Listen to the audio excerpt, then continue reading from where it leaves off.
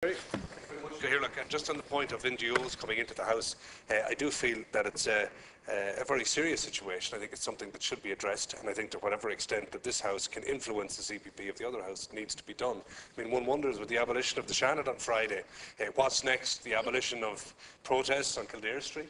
And I do agree with Senator Hayden that despite the best efforts of the Leader of the House, who I've said many times before, is the best leader in the 11 years that I'm here, I do believe that the government have manipulated a scenario to guarantee the abolition of the Seanad by starving it, by allowing ministers to write reckless articles in the newspaper like we heard of Minister Cannon. And I feel, regardless of where he is in the world, no doubt to write that article, he didn't have to sit in the office of the Connacht Tribune, so presumably he had access to a phone in Istanbul or wherever he is. And I think that he should make a comment on this, because that article is nothing short of reckless.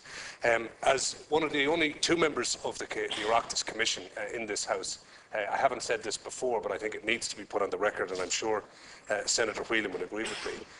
As somebody who presides over the costs of the Oireachtas, and somebody who's on the Finance Committee of the Oireachtas Commission, I wanted to go on record this evening that the Oireachtas Commission at no time said that the costs of running the Seanad were 20 million or anywhere near it. Frankly, it is true to say that anybody who stands over that figure and persists in stating it as a fact is telling lies. That is the plain truth of the matter, and that's from somebody who's on the Oireachtas Commission. Can I ask, Leader, if a minister might be available to discuss the issue of social partnership? We see the beginnings of very serious unrest at the moment, with the teacher strike that's begun, and also the issue of the junior doctors next week.